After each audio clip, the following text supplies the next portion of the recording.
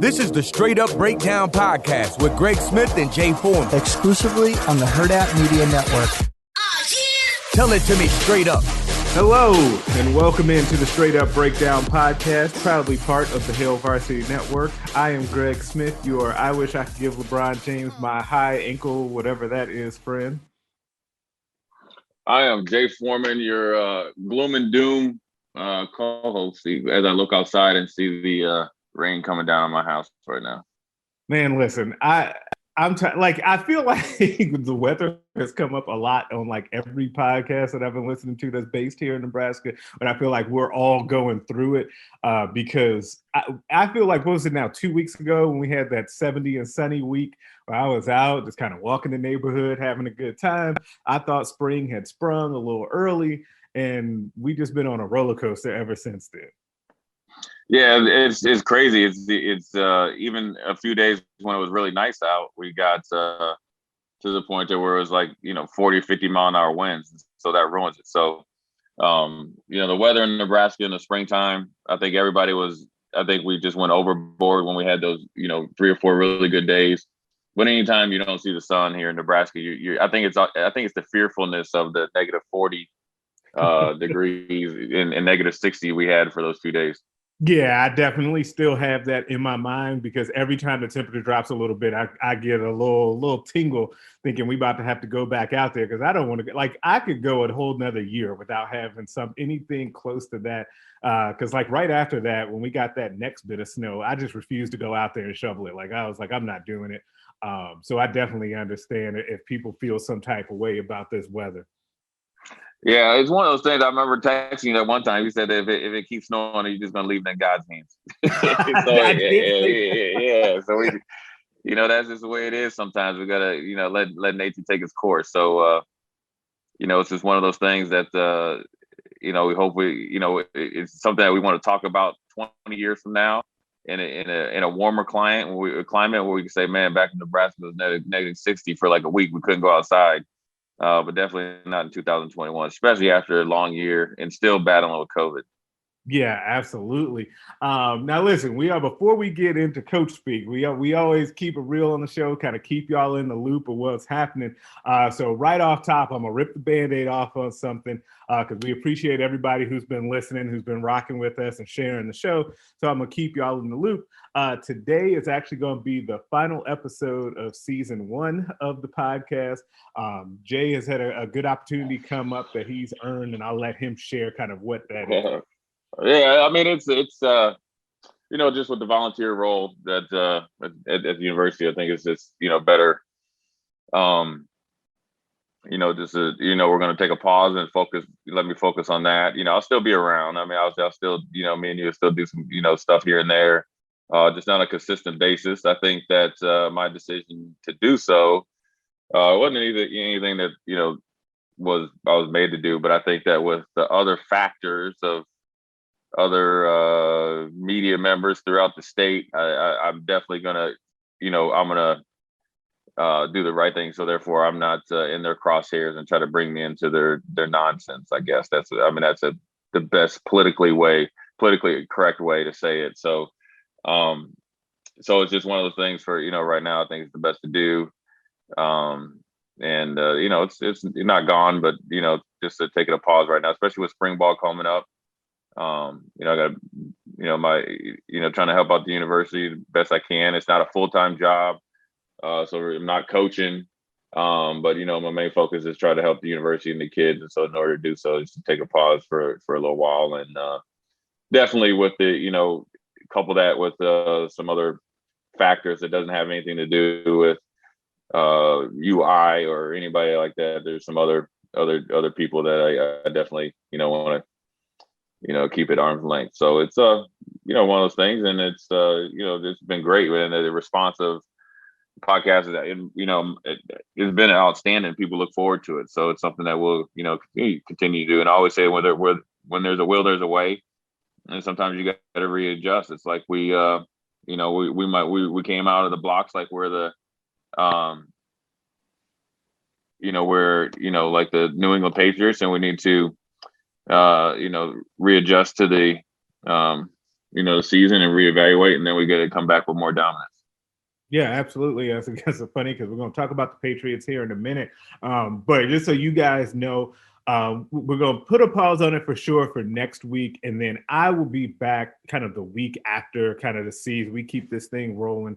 And then like Jay said, like he is paused but not forgotten. He is still around. And we'll kind of see how things shake out in the future. But there's definitely like no beef or anything like that. No, not a situation where I'm fighting my man over here or anything like that. So we'll be back in some shape or form in the future. We just need to kind of hit a little bit of a pause on this form of the show for right now. Yeah, there's definitely no beef. I mean, this has been I would say this has been enlightening because it's two dudes doing good work. So it's it's kind of I wouldn't say sad part. There's worse things that could happen, but definitely no beef. It's not like we're going to be out there trolling each other or anything like that. It's definitely the thing has been truly supportive of each other even before this, and even will continue. So it's just one of those things that I just got to do what I got to do, and what's the great thing about it is and this is totally different. Sometimes you have experiences with people, whether it's businesses or like one time in high school. I had to transfer in, high school to get a better opportunity for me to go earn a scholarship because my dad was like, dude, if you don't get a scholarship, you ain't going to one of these big universities. You're going to be going to like Normandale Community College. And, there was one of my best friends, he was like, man, I support you. We're always going to be best friends. We're still best friends to this day. And then you had some people that were salty because, for their, for their selfish reasons, they didn't see why I was going to transfer and stuff, et cetera, et cetera. So when you kind of like look at it, this situation, it's kind of one of those things that, when we talked about it, maybe kind of knew it. And then, kind of we talked about it and it's been supportive. And it's not like I won't be around. So it's not like, I'm moving out of state or anything like that. So, it's just one of those things that, time is everything. And it's the time for me to, try to, do my due diligence, down with the team. Yeah, and it's funny because what you made me think of when you were saying that is I do end every podcast by saying don't be a hater. I live that. I'm not a hater. I would never be like, downplay somebody having any type of opportunity, especially a friend of mine. So that's never going to be an issue for me. But shifting gears here, each week we have some segments, as you guys know, that are mainstays of the show. The first one is Coach Speak, where we go over something that a coach, a player, or a talking head said, and then we give you the straight up breakdown of what they meant. Coach Speak to Real Talk. Now, this week comes courtesy of Patriots owner Robert Kraft after his team's huge spending spree in free agency. I feel like every time I got an alert from Adam Schefter, it was about the Patriots spending some money. And Kraft said this to Football Morning in America, quote, it's like investing in the stock market. You can take advantage of corrections and inefficiencies in the market when you can. And that's what we did here. We'll see. Nothing is guaranteed. And I'm very cognizant of that. But we're not in the business just to be in the business. We're in the business to win. So, Jay, what did Robert Kraft really mean? He said, look, we let y'all have your fun last year. But now you guys have made us mad, so now we're gonna really go out there and spend some money, and we're coming back with a vengeance because we all are about winning, and that's great because sometimes I think there's teams in the NFL that'll go out and spend money just so that it looks like they're trying to do something. You know what I'm saying? Right. Versus Robert Kraft is out there really trying to do something, and they're trying to get the right guys. Now I will say this: over the years, the Patriots. And there's, when they went out and got Adalius Thomas from the Ravens, it never really worked out. And I think that was more of a personality type of thing versus a playmaking type of deal. But I think they've learned from that. So I think they went out and strategically got guys, and they had to pay a pretty penny for it that fit into their system that they know that works, that's helped them win, 7 Super Bowls and always be in the AFC Championship and win the NFC East. I think the defense is going to be back. So I think that what they're doing is they're putting everybody on notice that we spend a little money and it's going to pay off. And we're going to hit big on these stocks that we got. And they felt like they got, AAA stocks. And so time will tell. And there's a team that if there's ever a team that can turn it around in make true of their word or their statement, it's Robert Kraft and the New England Patriots. I think they've been kind of looking forward to it. If you look, even when you look at it, how they picked up, or when they picked up Cam Newton, brought him back, they're trying to reinvent themselves, and they're looking at it as a challenge, and they know part of a challenge when you're running a business and running something like this, that there's things that you got to do in order to be ahead of the curve and be successful. And so that's what they're trying to do: get guys in there that fit their system, and then go on and get back up to their winning ways. Yeah, it's weird because a couple of things kind of came to mind, like watching them spend this money, and then definitely seeing this quote from Robert Kraft, in that, first of all, it's weird because, like, I know people hate the Patriots. Like, there's no, like, full stop. Like, it's not like nobody's hiding that. Outside of Sasha, thankfully producing this pod, like, people hate the Patriots, right? And so I think it's weird because after last year, even though saying like what they went through was seeing their former superstar and legend win a Super Bowl somewhere else, like, in a way, I think kind of gave Belichick and Kraft a little bit of extra juice, right? To like kind of, because they've done a lot in the sport, right? So every once in a while you need to have that little extra push. No matter how successful or driven you are, you need that push. So I think that helps them. But then on the other side, and this is what relates to people hating them, like, it's going to be a little weird because now they almost get to be a little bit of a comeback story, right? Like, and I could see more, like, not everybody rooting for them, because there's always going to be people, Spygate, whatever, that just don't like them. But I could see more people rooting for them to have a bounce back this next season, just because, and it's just kind of an old axioms, right, about what happens in America, basically, where people hate you when you're on top, but then you take a little tumble and people end up rooting for you to come back a little bit. And I could see that happening for them, which will put them in a really weird position, being like seeing how much they've won over recent history. Yeah, and look, it's funny, is like people want you to build up and win, and then they get mad that you win too much.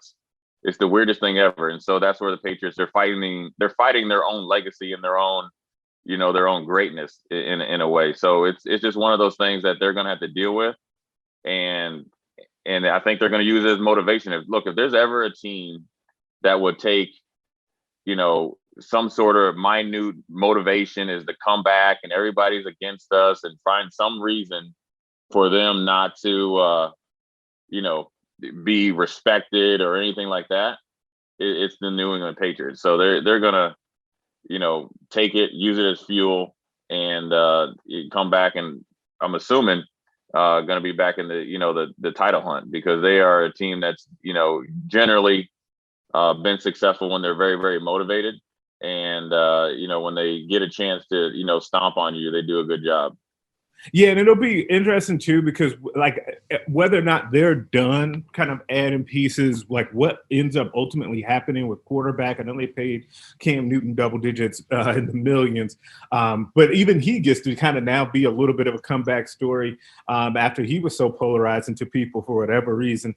And so it just will make for like that storyline of what happens with the Patriots when we get back around the NFL season, and you're making kind of, man, what are the top storylines that I want to look out for? Like, what happens with the Patriots is definitely going to be up there for a lot of people.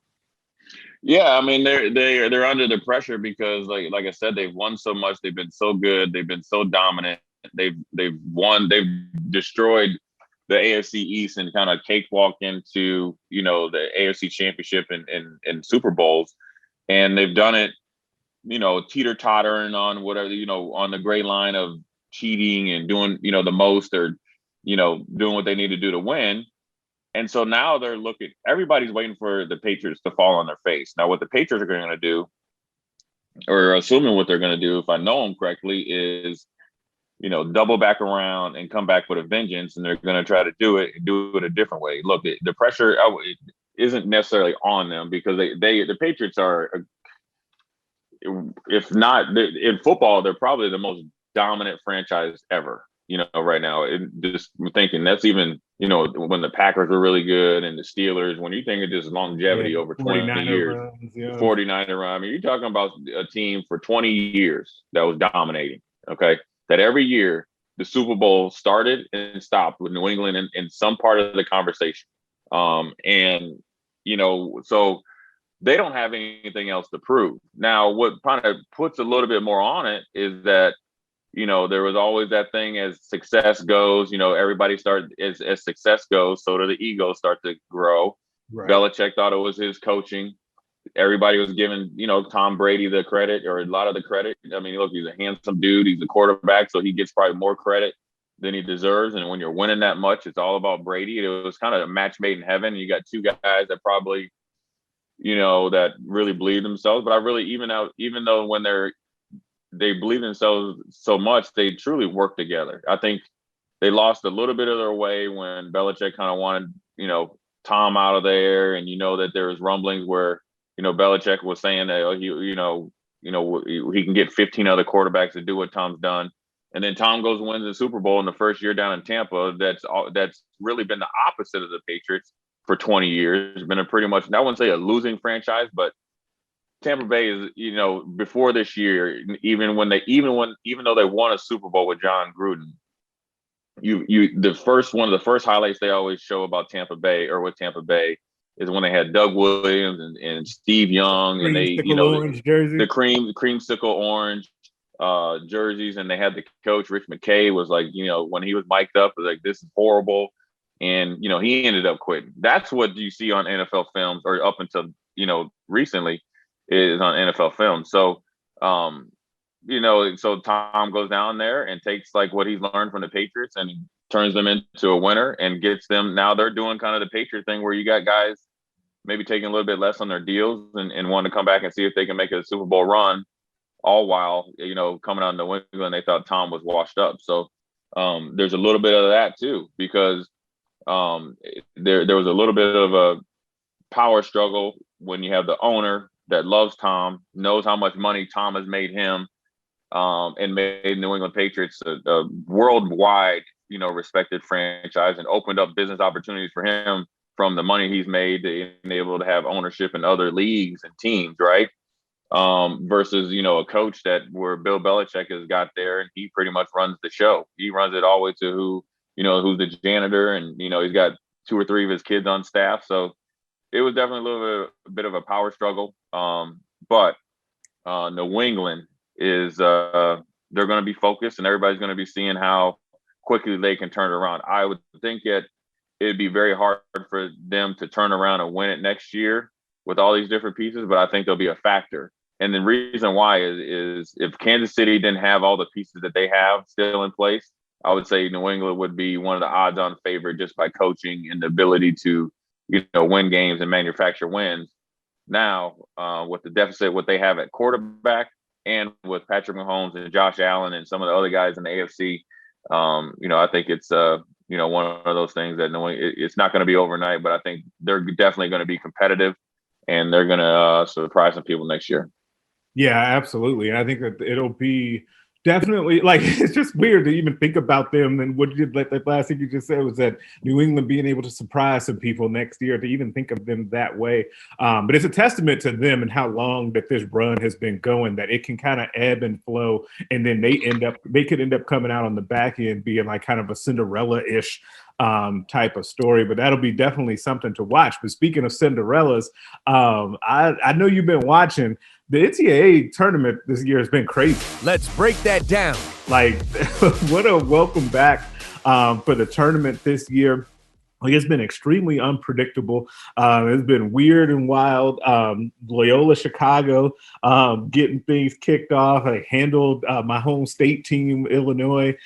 We've had upsets by number 11 seed Syracuse, number 15 Oral Roberts, number 12 Oregon State knocked out Oklahoma State. I wanted to see Cade Cunningham play more, but Oregon State had different plans on that. You're gonna be forced to have another double-digit seed advance on Monday. So by the time you hear this on Tuesday, there'll be another one, because we got 11-14 matchup with UCLA and Abilene Christian. And I think Ohio and Maryland are 13 and 10 seeds. So I guess, like, with this craziness, first, it's been great to have the tournament back, and people have been very excited to see it. Very bad for your brackets. But what are your thoughts so far about the tournament and kind of all of the unpredictability that we've had so far? I like it. I think it's exciting. I think, Not having a tournament last year, I think it's, I was ready for anything. And, of course, right. I think that's a lot of people. I picked Illinois to win it. I thought that they had 2 lottery picked players. I thought they were a tough team. I thought they played well. They had played good competition, beat good competition all year. But sometimes when you play teams that either feel slighted or then styles make fights. And I can tell you, look, Loyola Chicago, a lot of those kids probably played against each other, not scared to play each other. And if you look at that, you look at that game, you look at Abilene Christian against Texas, the little brother, stepping up to beat the big brother, not scared. And then when you got good guard play, you're always going to be in the game. And that's what it comes down to, because when you look at the NCAA tournament, the teams that usually upset, you think of the biggest upsets, over time, right? You got to think of when, CJ McCollum, took his team and upset Duke, right? It's guard play. And you got to have guys that can put the ball in the hoop, can make threes, create their own shot. And that's what you look at Oral Roberts, right? They got 2 really good scorers. Those in their one's a guard, one's kind of a small forward, but they can do everything. And so, I liked it. Maybe not to this magnitude, because my bracket has been busted.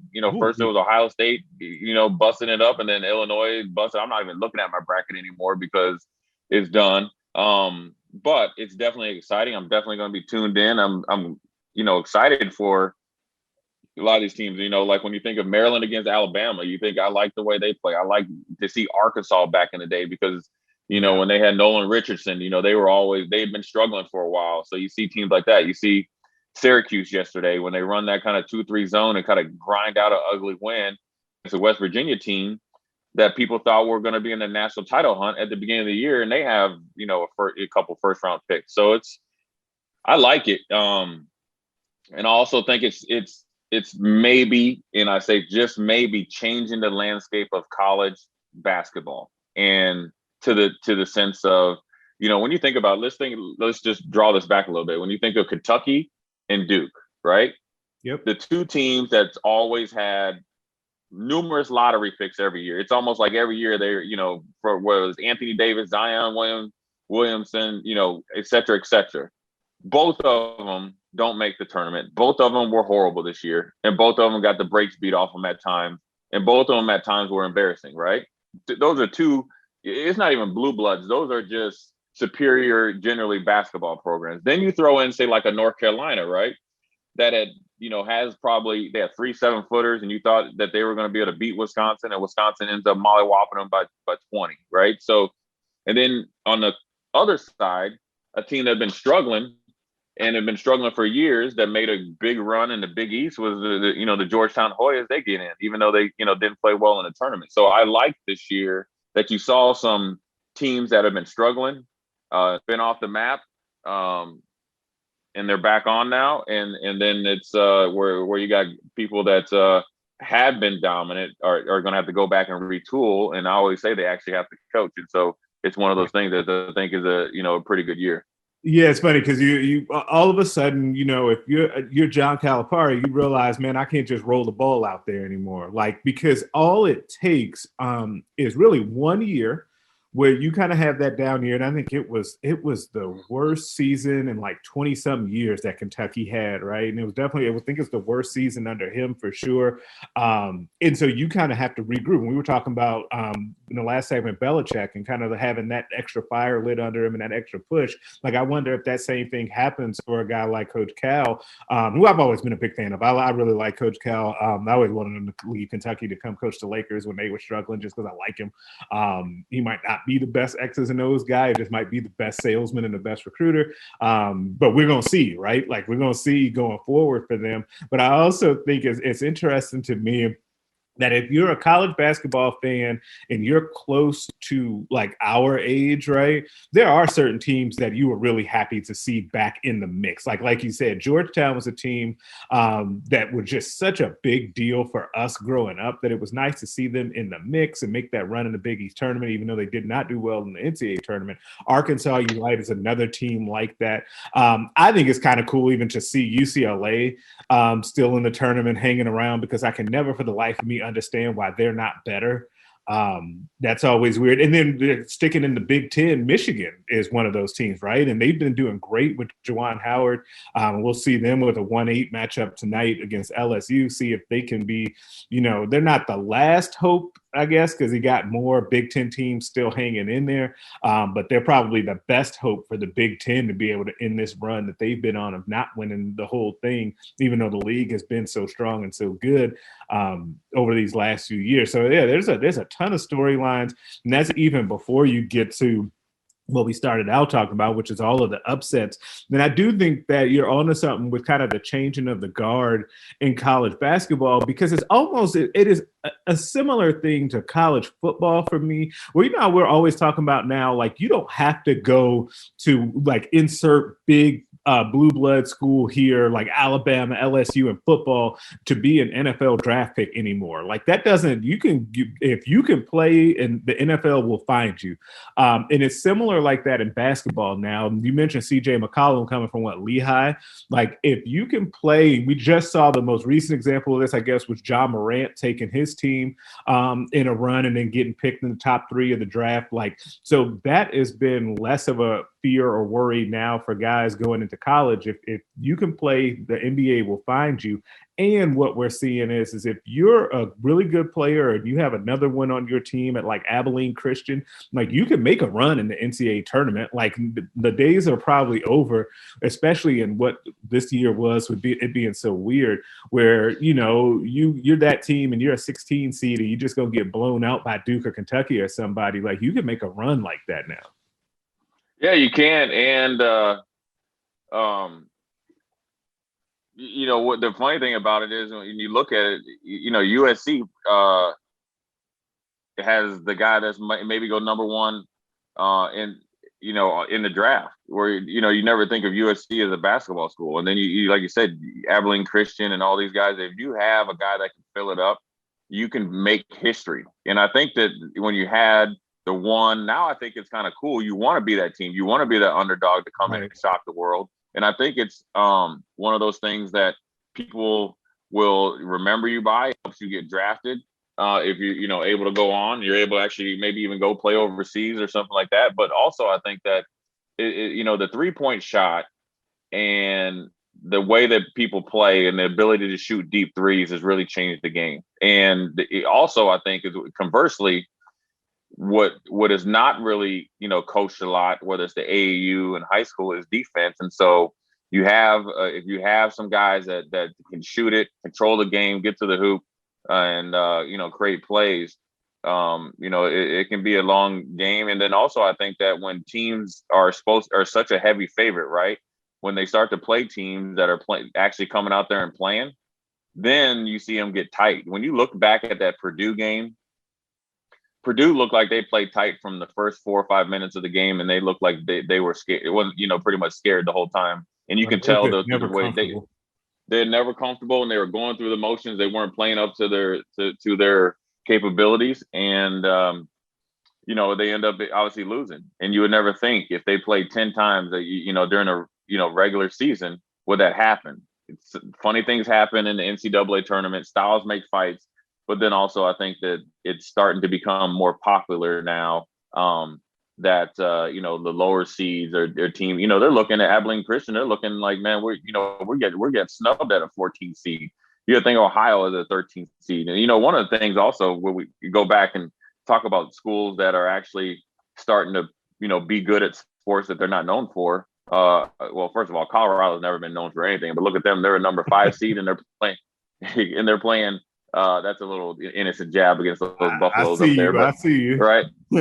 But then they're playing Florida State, right? And Florida State, you think when Leonard Hamilton took it over, he took over a bottom feeder program and started to build it up. And now they're, somewhat of a national powerhouse. So you got to give them, some props. And so I think it's exciting. I think it's good for basketball. You also, I will say, you finally had a year where Kansas didn't win the Big 12.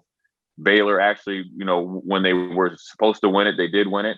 But then Kansas made a little bit of a run and they ended up the number 3 seed. So, I think overall it's one of the best scenarios that can happen for the NCAA, having a tournament. But I'm sure they would rather have the big names in there, but I think it's going to bring more eyes to the, to watch. And also, you know what else I'm a fan of? I'm a fan of, obviously I go back and forth. Would I rather have the games that are played today on Sunday? But I like a little bit of, Friday, Saturday, Sunday, Monday in that first week, to get a little bit, later games.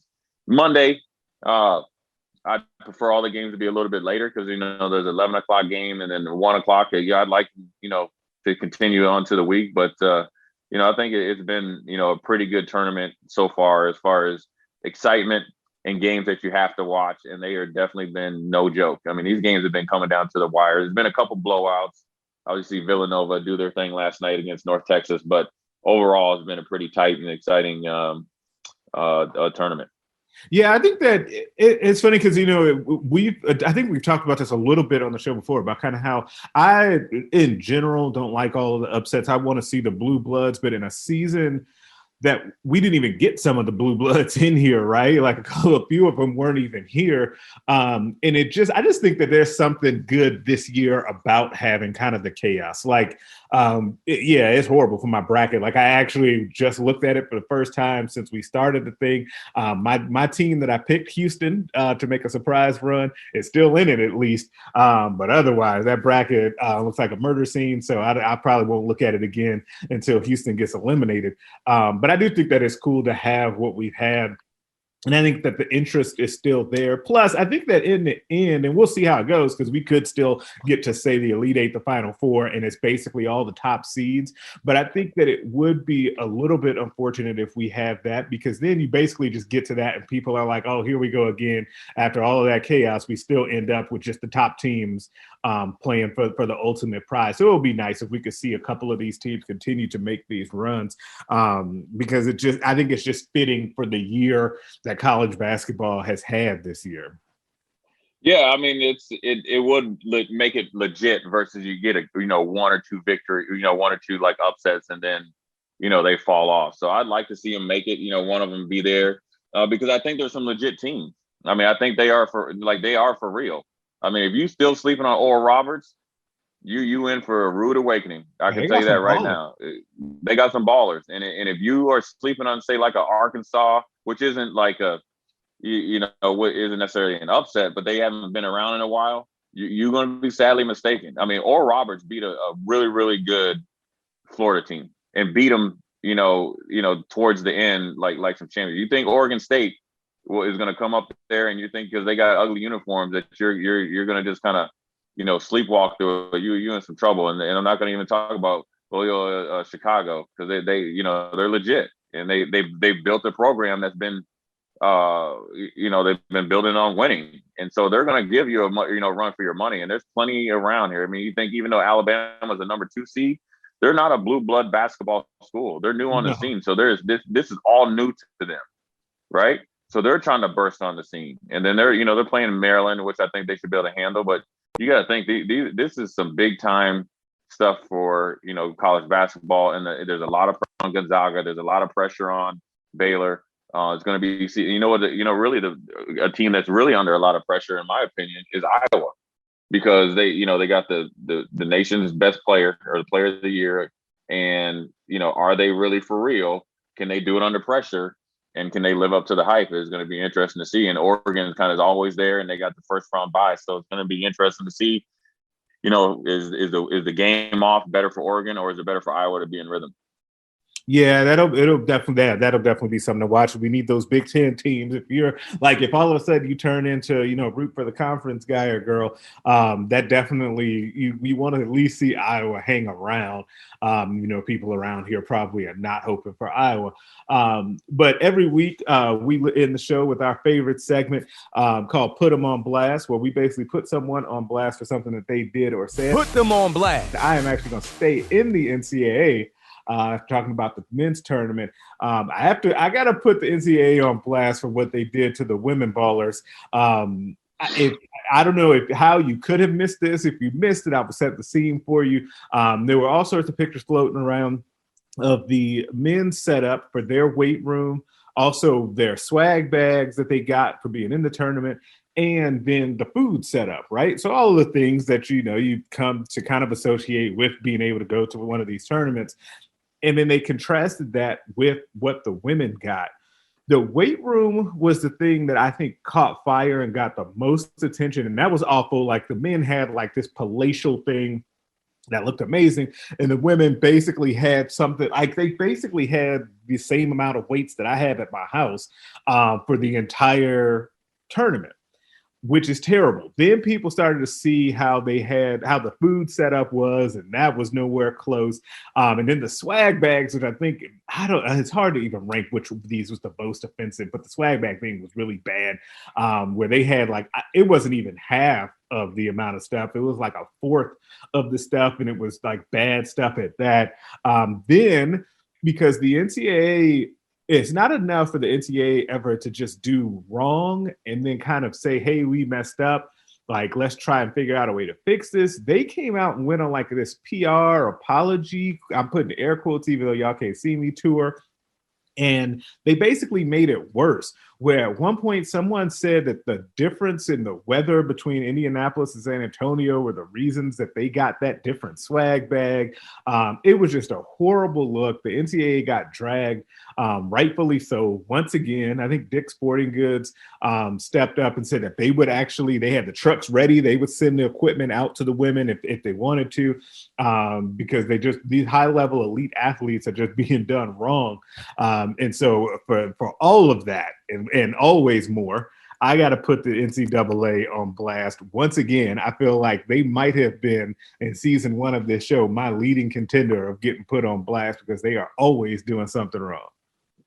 Yeah, I mean, there's that. Look, you hit that right on the head. I mean, the funny thing is, the only thing I will say, they kind of went at the men's side of, the NCAA, for the tournament, when in actuality it was actually the women's side that actually is the one that sets up the where they stay. And so it's the NCAA in general. They first of all, it shouldn't even be any discrepancies. You should just have, this is when you go down there and you kind of like take the law of the land, is that this is going to be the weight room. This is when the times are going to be, for each team.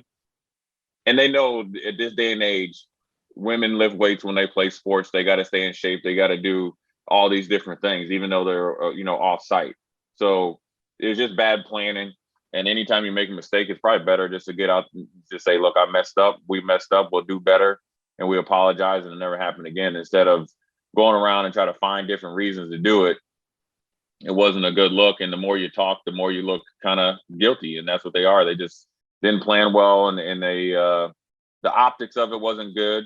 The effort wasn't good because it should have been done from the very beginning. So it's just one of those things that, and they had plenty of time. It wasn't like last year where maybe they delayed the NCAA tournament. I mean, they knew. Yeah, they didn't know that it was happening. They knew generally once football kicked off, there was going to be an NCAA tournament. They kept saying it wasn't going to be the same. And so you should have had it. You had your ducks in a row. So it's just it's bad on them. And then hopefully they, they got to get their, they got to stop being reactionary and be more in the forefront of making the right decisions. I feel like we say that, it feels like weekly we say that about the NCAA. But who are you putting on blast this week? Now I'm gonna put on blast just in general these young cats that go to play professional sports. But one in particular is going to be Isaiah Wilson, and Isaiah Wilson was a big offensive tackle 2 years ago from Georgia. Looked the part, went to the combine, had excellent interviews, right? Everybody's talking about, he wowed him in the interviews with these GMs, right? That's what got him up to the first round because his tape was okay, right? He's just a big, he's a big guy, but he kind of was, off and on. And so the Tennessee Titans picked him in the first round. He ended up having 2 bouts with COVID because he was breaking protocol. Then he got a DUI, and essentially that was a redshirt year from him. All of a sudden you start to hear that he's showing immaturity. Well, just a couple months ago, he knew how to pass the fool test of going in there and fooling these guys. They're going to fooling them into giving you millions of dollars and drafting you. Well, the Tennessee Titans traded him to the Miami Dolphins. Well, lo and behold, the Miami Dolphins ended up waiving him. Mind you, that this is the opportunity for him to come and start. a new situation. They traded for you, so you're going to get 2 or 3 chances. Well, he burned his 2 or 3 chances before he even got there. So he arrived hours late to his physical. He was late to the onboarding process. He skipped multiple optional workouts that he agreed to tend to on Thursday and Friday and declined the supportive service help that he was offered all in his first official week of the team. In 1 week, he got fired when all he had to do was work out, show up, and take a physical. And then also what that supportive service means for you people out there, that they were actually going to have somebody pick him up, most likely go into his apartment or hotel and wake him up, probably feed him breakfast, and take him to the stadium as a grown adult making millions of dollars, or would be making millions of dollars, and having a chance of a lifetime to continue in his NFL career. Now he has the reputation of what I said before. Now he's probably also forfeited his ability to get vested, which is in retirement, which you never know when you need it, and you never can have enough money.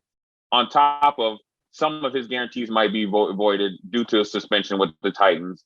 So now he's not getting any more money, and he might have to give back some money to the team that originally drafted him. I am putting him on blast because whoever his agent is, his advisors, his homeboys, confidants, you need to be man enough and stop taking advantage of him and stop letting him, shoot or sink his professional career down the toilet drain because he wants to go around and act like an imbecile. So I'm putting him on blast, and I'm putting whoever else is around him on blast, and whoever else is going to be next to forfeit millions and millions of dollars because you want to go around and act like a bunch of idiots. Yeah, I mean, that's very well deserved. I think that anytime, I think it's hard for people to watch folks throw away opportunities like that, especially when, if you want to do better, all the tools are there at your disposal. You're just choosing not to. And that also means that the people around you are not either it's the worst example where you're not listening to anyone, or I guess this might be even worse, where people are just enabling that behavior around you, which could be the case. Yeah, I mean, it's just one of the things that it's whatever it is. And look, the Tennessee Titans have given them plenty of opportunity. I mean, Vrabel is kind of, said, hey, look, we'll go with you. And they needed him to start. And that's a legitimate playoff franchise that he was going to fit in and be able to be like their cornerstone. And so, it's an opportunity that he squandered himself, and you can't be mad at anybody but him, or he can't be mad at anybody but himself. And so it's just one of those things. It's unfortunate, but you also got to put these guys on blast, because the excuses can't be, oh, well, this happened, and so give them a break. You've had a numerous amount of breaks, and then you decided to get yourself fired in 1 week in a new situation that they were going to give you, a new start. And, from my experience, and then also, is that these opportunities come few and far between. Right. And when you're a first round pick, you get a lot more than, say, a 6th or 7th round pick. And it seems like it wasn't important to him. And hopefully the reality hits him before his career is actually fully, over, and that door is shut, and he can't get back into the NFL, i.e. like Jamarcus Russell, right? Tried to get back no matter what he did. It's that first impression was a lasting impression. So hopefully he gets it right, but I still have to put him on blast. Even though he might have a come to Jesus, maybe hopefully sooner than later, but you just never know. All right, that will do it for us, today's episode, and for season 1 of the Straight Up Breakdown podcast. Subscribe to this podcast, though, everywhere you listen to them. Rate us, review us, and leave us a 5-star review. If you leave 4, I am inclined to think you're a hater, and nobody wants that. Make sure you're also checking out the other podcasts on the Hail Varsity Network, the Mind Your Own podcast, the Varsity Club, More to It, and the Hail Varsity Radio Show. Also, check out the Hail Varsity YouTube page. And as another reminder, the show will be taking off next week, but I'll be back the following week to keep the thing rolling. You can also find us on Twitter at Greg Smith HB and at Foreman5644. I will catch you in 2 weeks. A Hurrdat Media Production.